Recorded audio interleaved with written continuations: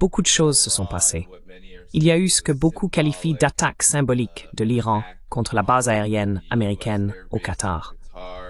Mais au cours des dernières 24 heures, nous avons vu les médias israéliens diffuser des informations selon lesquelles ils cherchaient à mettre fin au conflit après l'attaque iranienne contre la base américaine. Donald Trump a annoncé un cessez-le-feu. Il y a eu une attaque massive de missiles sur Be'er Sheva et Tel Aviv, ainsi que dans de nombreuses zones environnantes, faisant de nombreux morts israéliens. Je crois qu'il y en a eu 11 ou 13, bien que les rapports divergent pour une seule frappe de missile pendant la nuit. Maintenant, le cessez-le-feu semble être en vigueur. Veuillez rétablir les faits pour nous, professeur Marandi. Que s'est-il passé et comment voyez-vous la situation?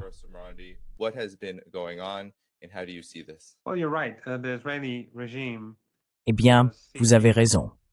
Le régime israélien cherchait un cessez-le-feu même avant que Trump ne mène sa propre agression et son propre acte de guerre contre l'Iran. Le régime israélien a commencé cette guerre non provoquée par une attaque éclair et la croyance insensée qu'il pouvait affaiblir l'Iran, vaincre l'Iran. Et bien qu'ils aient obtenu quelques succès dans la première heure, évidemment, lorsqu'on mène un acte d'agression non provoqué, on obtient des succès.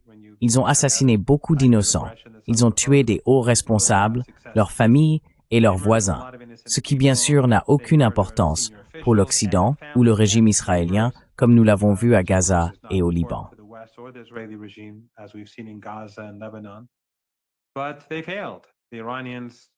Mais ils ont échoué.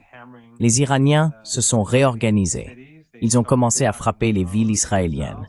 Ils ont commencé à lancer des drones et des missiles. Jusqu'à la toute fin, les Iraniens tiraient de nombreux drones et de nombreux missiles, surtout pendant les 2 ou 3 dernières heures. Et il ne s'agit pas d'un accord de cessez-le-feu. Les Iraniens ont déclaré qu'ils arrêtaient les tirs et que si le régime israélien faisait le moindre mouvement, il relancerait le conflit.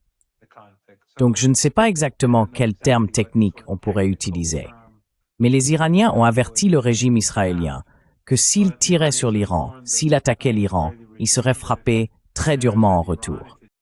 Je pense que c'est un échec pour le régime.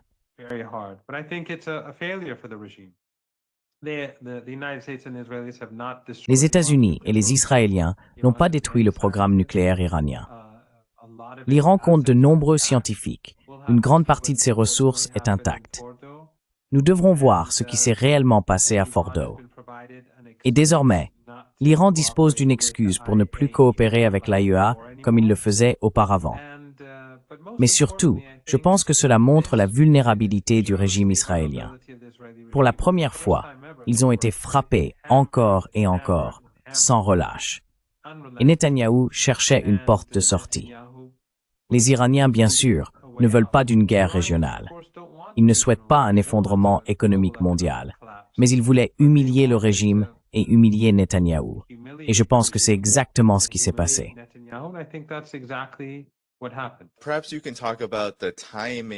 Peut-être pouvez-vous parler du moment choisi pour cela, car pour l'instant, ce qu'Israël dit, Israël Katz, le ministre de la Défense israélien, c'est qu'Israël va frapper. Et même Donald Trump dit « Israël, ne frappez pas ». Mais en même temps, bien sûr, il n'y a vraiment pas de cessez-le-feu du côté d'Israël. Ce mot semble totalement étranger à leur vocabulaire, vu ce que nous avons déjà observé à Gaza et au Liban. Mais parlons du timing. Pourquoi maintenant? Pourquoi l'Iran et Israël, ou du moins Israël et Donald Trump, arrivent-ils à la conclusion qu'un cessez-le-feu est nécessaire?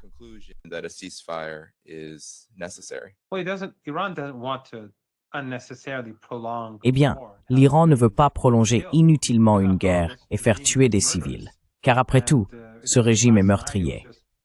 Et rien que la nuit dernière, ils bombardaient au hasard des endroits à Téhéran. Ils ont bombardé un hôpital qui, d'après ce que je peux estimer d'ici, se trouve à environ 1 heure de marche, probablement moins, en marchant normalement. On y arrive par une rue qui, en fait, est assez droite depuis ici. Donc ils ont bombardé des hôpitaux. Ils ont bombardé une ville au nord de l'Iran, une petite ville. Ils ont massacré 2 familles entières et détruit l'immeuble. Voilà comment est ce régime. Donc, l'Iran ne veut pas simplement continuer la guerre pour le principe.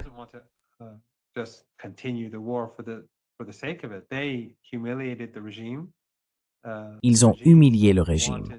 Le régime voulait un cessez-le-feu. L'Iran a obtenu ce qu'il voulait. Il a humilié Netanyahou.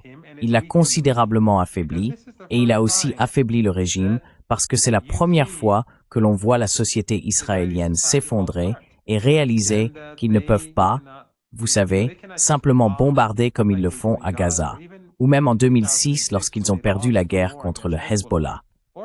Les Israéliens ordinaires continuaient plus ou moins leur vie, et les combats se déroulaient au Liban. C'est la première fois que la guerre est véritablement amenée en Palestine occupée, dans toute la Palestine occupée, avec des missiles lourds, bien plus lourds que ceux que les Israéliens ont tirés sur l'Iran.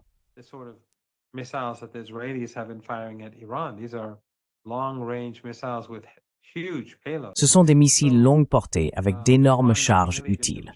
Ainsi, l'Iran a humilié le régime. Il dispose également d'un excellent prétexte pour modifier la nature de sa relation avec l'Agence internationale de l'énergie atomique.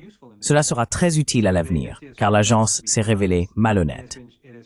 Pendant cette période, elle a refusé de condamner les États-Unis ou le régime israélien pour avoir frappé des sites nucléaires et pour avoir créé la menace de fuite radioactive mettant en danger un grand nombre de personnes.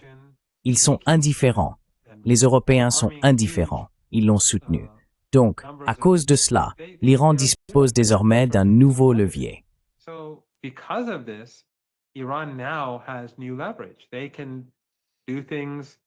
Ils peuvent faire avancer leur programme nucléaire sans que l'Agence internationale de l'énergie atomique en soit satisfaite.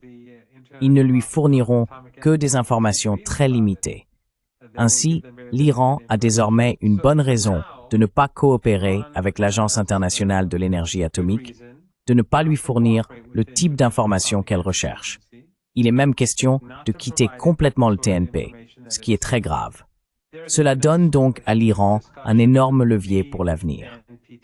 L'Iran ne va pas permettre à l'Agence internationale de l'énergie atomique d'obtenir des informations sur ses scientifiques ou sur ses installations, afin qu'elle ne puisse pas les transmettre aux Israéliens pour des assassinats ou des frappes aériennes, ni aux Américains pour des frappes aériennes.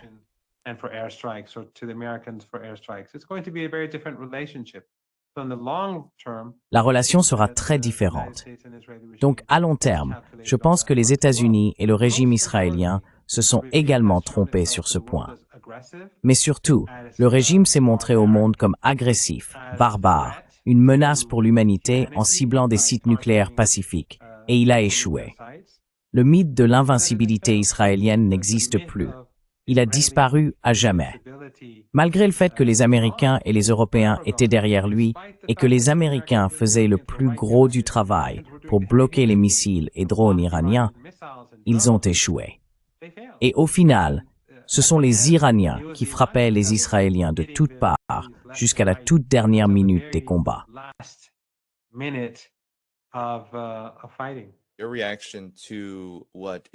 Votre réaction face à ce qui met vraiment Israël en émoi, l'établissement du cessez-le-feu et son application. L'Iran a lancé une attaque massive de missiles, causant d'énormes dégâts. Les images sont absolument saisissantes, mais montrent aussi certains des taux de perte les plus élevés dus à ces frappes. Quel genre de message l'Iran voulait-il faire passer avec ce soi-disant cessez-le-feu? Je dis « soi-disant » parce que je n'ai pas beaucoup confiance dans la capacité d'Israël à le respecter. Mais avec ce cessez-le-feu supposé, quelle est votre réaction à la réponse immédiate de l'Iran avant son entrée en vigueur?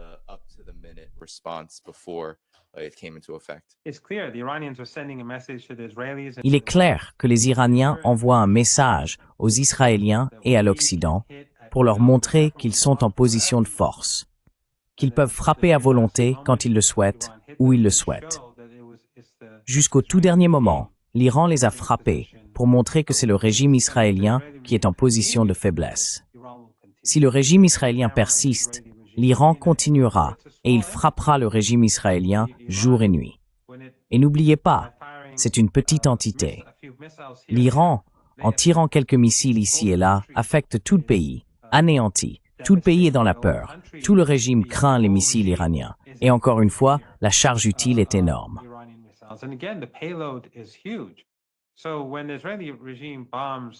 Donc, lorsque le régime israélien bombarde Téhéran avec ses missiles, cela cause des dégâts.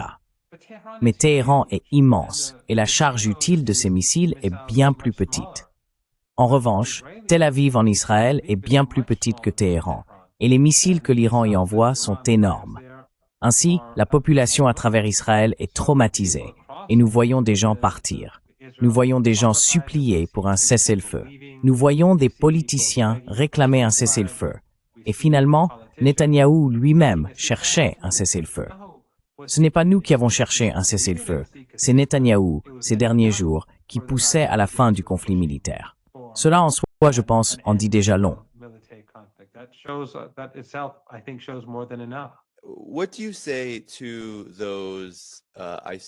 Que répondez-vous à ceux, je le vois sur les réseaux sociaux, je vois des gens, même parmi ceux qui soutiennent le droit de l'Iran à l'autodéfense, qui disent que l'Iran n'a rien obtenu ici. Beaucoup de personnes que j'ai vues réagissent avec déception à l'établissement d'un cessez-le-feu, étant donné qu'aucune condition ne semble favorable, non seulement à l'Iran, mais aussi à Gaza et au reste de la région. Que dites-vous à ceux qui sont déçus en ce moment, qui affirment que l'Iran va s'arrêter sans avoir rien obtenu pour lui-même, ni pour ceux qu'il prétend soutenir, en particulier le peuple palestinien?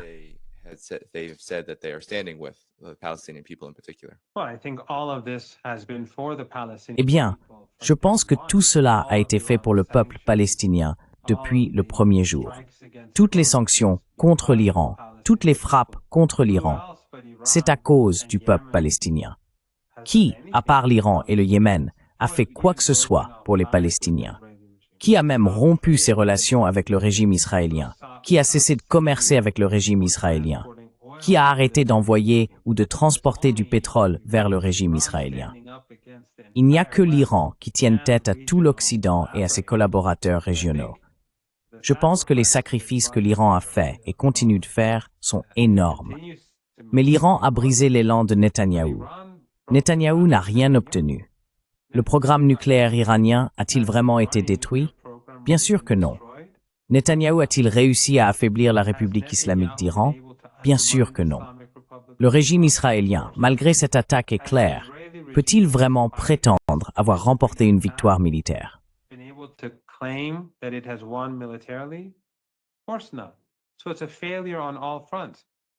Bien sûr que non. C'est donc un échec sur tous les fronts. Mais évidemment, l'Iran a aussi d'autres calculs. Si l'Iran parvient à mettre fin à la guerre avec succès et à satisfaire également les pays du Sud global, qui craignent énormément la fin du commerce du pétrole et du gaz, s'il peut les amener à soutenir l'Iran, les pays des BRICS, eux, sont tous très préoccupés par la situation. Et ils méprisent le régime israélien. Ils regardent le régime israélien avec dégoût. Mais s'il y a une crise économique mondiale, alors les calculs des pays pourraient éventuellement changer. L'Iran doit donc mener la guerre de manière à ce que l'autre camp soit perçu comme l'agresseur. L'Iran doit toujours apparaître comme l'acteur raisonnable. Et à long terme, cela profite à Gaza, au Liban, au Yémen et à l'Iran.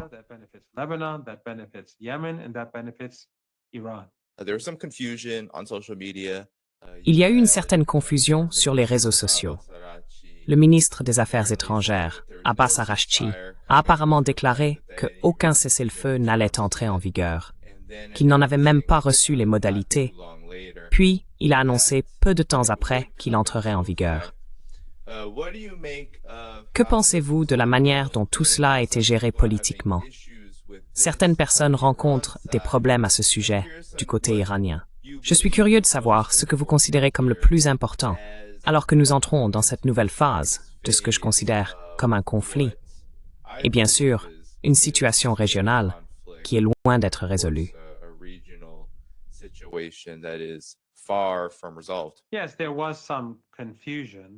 Oui, il y a eu une certaine confusion à ce sujet, et je ne suis pas sûr de ce que signifiait exactement 4 heures du matin.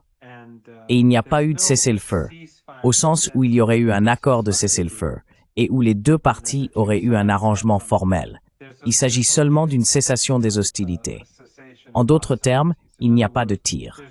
Mais si le régime israélien fait quoi que ce soit, l'Iran ripostera immédiatement. Et les Iraniens ont déjà déclaré que le cessez-le-feu avait été violé à 3 reprises. Donc ce n'est pas un accord. Pour l'instant, c'est juste que les deux parties ont arrêté de tirer. Et personne ne peut être sûr de ce qui va se passer demain. Et le régime israélien a déjà proféré de nouvelles menaces. Et l'Iran a dit, si vous tirez sur nous, nous vous frapperons très durement.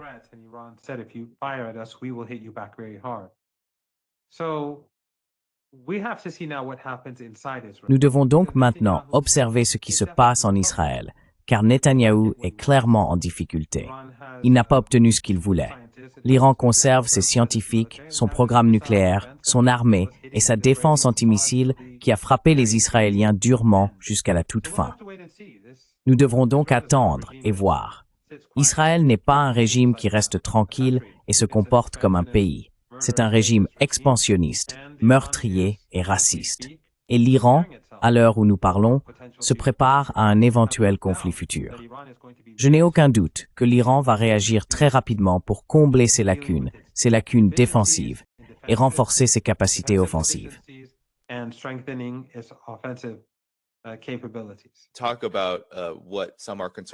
Certains s'en inquiètent également. Israël était, comme vous l'avez dit, sur la défensive et manquait de systèmes de défense aérienne. Nous avons vu une situation similaire en Ukraine, où l'Ukraine a supplié pour un cessez-le-feu. Et les États-Unis ont également appelé à un cessez-le-feu, apparemment pour réarmer l'Ukraine afin qu'elle puisse poursuivre le conflit. Voyez-vous une dynamique similaire se produire ici? Vous avez dit que l'Iran allait se préparer, mais en même temps, Israël se trouvait, comme vous l'avez mentionné, dans une situation militaire très critique. Ces systèmes de défense aérienne n'allaient pas durer très longtemps. Considérez-vous cela comme un moment pour Israël de se regrouper? Et à quel point devrions-nous nous en inquiéter?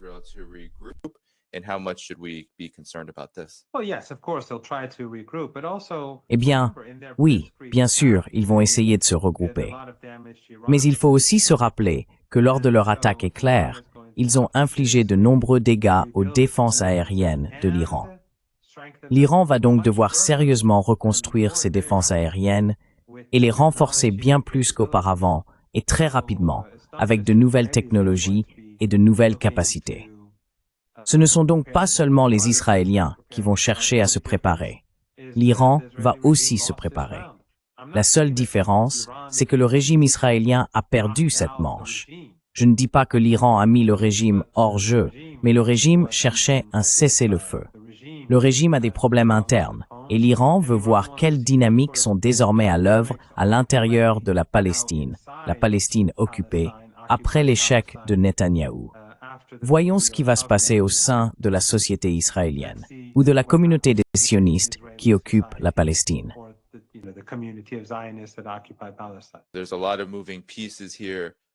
Il y a beaucoup d'éléments en jeu ici, professeur Marandi.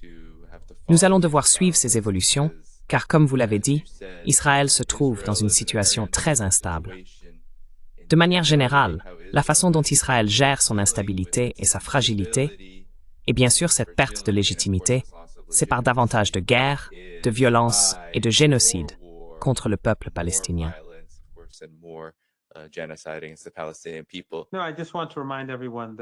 Non, je veux simplement rappeler à tout le monde que les Iraniens ont fait d'énormes sacrifices pour la Palestine.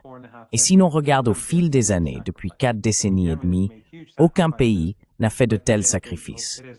Je veux dire, le Yémen a fait d'énormes sacrifices, mais il n'a rejoint l'axe de la résistance qu'au cours des 10 dernières années, après l'arrivée au pouvoir d'Ansarullah et de ses alliés.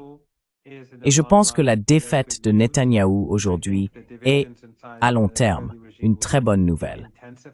Je pense que les divisions au sein du régime israélien vont s'intensifier. Évidemment, le régime est toujours en place et il bénéficie encore du soutien total de l'Occident. Mais cela a été une énorme gifle. Nous aimerions voir l'Iran frapper beaucoup plus fort. Nous aimerions voir le régime israélien incapable de riposter. Mais il y a de nombreux calculs à prendre en compte. Et je pense qu'il est juste de dire que l'échec de Netanyahou est une victoire pour l'ensemble de l'axe de la résistance.